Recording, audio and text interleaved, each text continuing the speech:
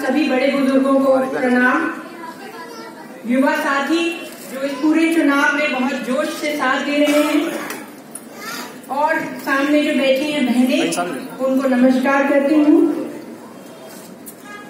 ये मेरा सौभाग्य है कि आज यहाँ आपके बीच मैं अपने ससुर जी की बात करने आई हूँ।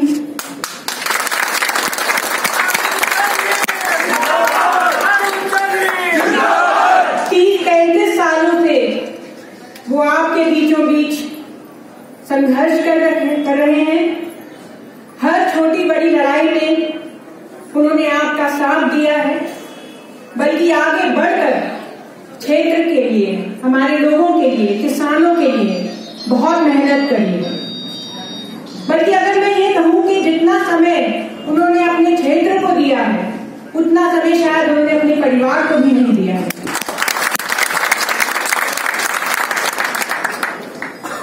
आप जानते हैं कि हमेशा से बागपत में जहां झंडा गाड़ रखा था, वो छोड़ के आज वो मुजफ्फरनगर आए हैं आपके बीच। बहुत बड़ा ये निर्णय लिया गया था और किस वजह से लिया गया था शायद ये भी आप अच्छे से जानते हैं। कुछ साल पहले यहां जो एक हत्या का, खून खराबे का, धर्म को धर्म से लड़ाने का, जात को जात से लड़ाने का काम शुरू किया गया था, उसको यही खत्म करने के लिए उन्होंने ये निर्णय लिया। बड़ी बड़ी नफरत की जो दीवारें मुजफ्फरनगर में गाड़ दी गई थी, उन्हें उखाड़ने का काम करने के लिए उन्होंने ये निर्णय लिया है।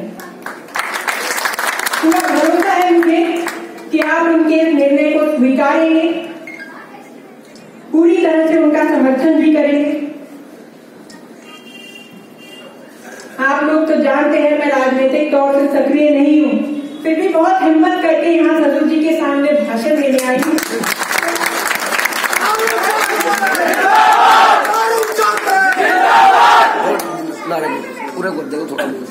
चौधरी साहब के राजनीतिक जीवन को मुझसे बेहतर आप लोग समझते हैं। मुझे नहीं लगता मुझे कोई जरूरत है कि मैं यहाँ खड़े होकर उनकी उपलब्धियों को गिनवाऊं। लेकिन एक चीज जो हाल ही में हुई थी, आप सबने देखी थी, आपके संज्ञान में थी, वो है 2 अक्टूबर को दिल्ली में जो हुआ था। आपने बहुत जोरों से जिताकर एक सरकार दिल्ली में भेजी थी। सभी ने कहा था कि इनके आने पर देश की पूरी दिशा बदल जाएगी। लेकिन जब आप अपनी परेशानियों को वहां बताने दिल्ली आए, गन्ने की बात करने दिल्ली आए, बिजली के दाम की बात करने दिल्ली आए, तो इसी सरकार ने आप पर गोलियां बरसाने का काम किया। कोई भाजपा का मंत्री आपके साथ नहीं खड़े हुए थे, सिर्फ चौधरी साहब ही आए थे।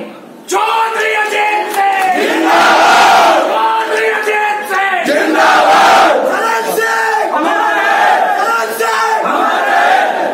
जो आपने चौधरी चरण सिंह जी का नाम लिया है, उनके बारे में भी मैं कुछ कहना चाहूंगी। आपने ध्यान दिया होगा, आजकल प्रधानमंत्री जब पश्चिम में रैलियां कर रहे हैं तो जगह जगह उन्हें चौधरी चरण सिंह जी की याद आ रही है। उन्हें महापुरुष कहकर उनको सम्मान देने की बात कर रहे हैं। लेकिन मैंने देखा है 5 सालों में इन्हीं प्रधानमंत्री ने हमारे चौधरी साहब को किसान घाट में फूल अर्पित करने के लिए 5 मिनट का भी समय नहीं निकाला। कोई भी बता किसी एक 29 मई को या 23 दिसंबर को कि इनकी तरफ से कोई भी नेता आया हो किसान घाट। पहले भी सरकारें रह चुकी हैं, प्रधानमंत्री आया करते थे, नहीं तो डेप्यूटी प्राइम मिनिस्टर आया करते थे, कोई ना कोई जरूर आया करता था। लेकिन एक ये ऐसी अनोखी सरकार आई है जिन्हें कभी हमारे लिए कोई समय नहीं मिला। आपको मैं ये भी याद दिला दूं, जब 14 में हम चुनाव हारे थे तो इन्हें बहुत होड़ लग गई थी चौधरी साहब के उस पुराने मकान को हड़पने के लिए। याद है ना? बिजली पानी काट दिया था, याद है ना? हमने कह दिया था कोई परेशानी नहीं है, हमने किराए पे मकान ले लिया है, हफ्ते भर में चले जाएंगे।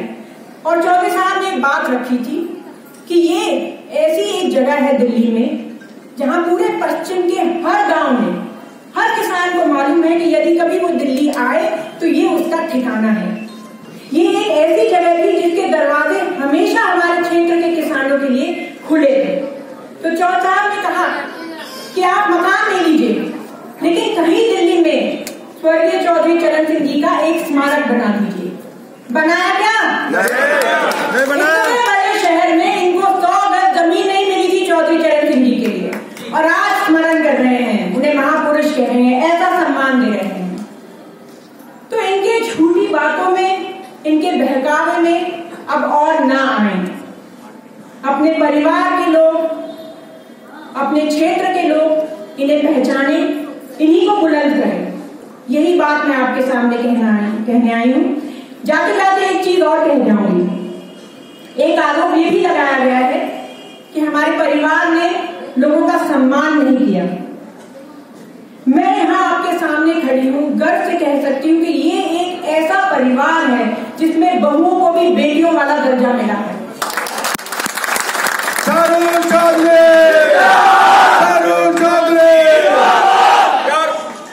इतना दिल खोल के ससुर जी के लिए वोट मांग रही हूँ, क्योंकि उतना ही दिल खोल के उन्होंने मुझे प्यार दिया है।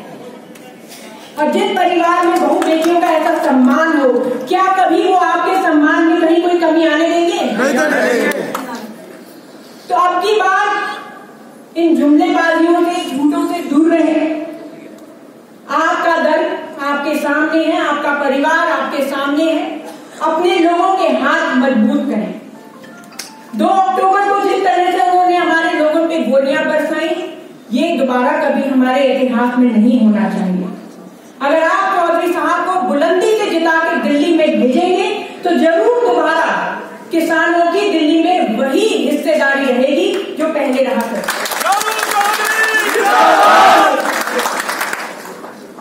मुजफ्फरनगर का गुड़ बहुत मशहूर है। आपके यहाँ से जब कोई आता है हमारे लिए गुड़, शक्कर, घी लाता है, उसी से हमारी सेहत ठीक रहती है। अब बस इतना अनुरोध है, थोड़ा गुड़ ज्ञाना तालीब को भी खिला दीजिएगा। चौधरी साहब की सेहत, उनका मान, उनका सम्मान आपके हाथों में छोड़ के जा रही हूँ। हमारे परिवार की, हमारे दल की लाज रखिएगा, अपने लोगों की लाज रखिएगा। बहुत बहुत धन्यवाद।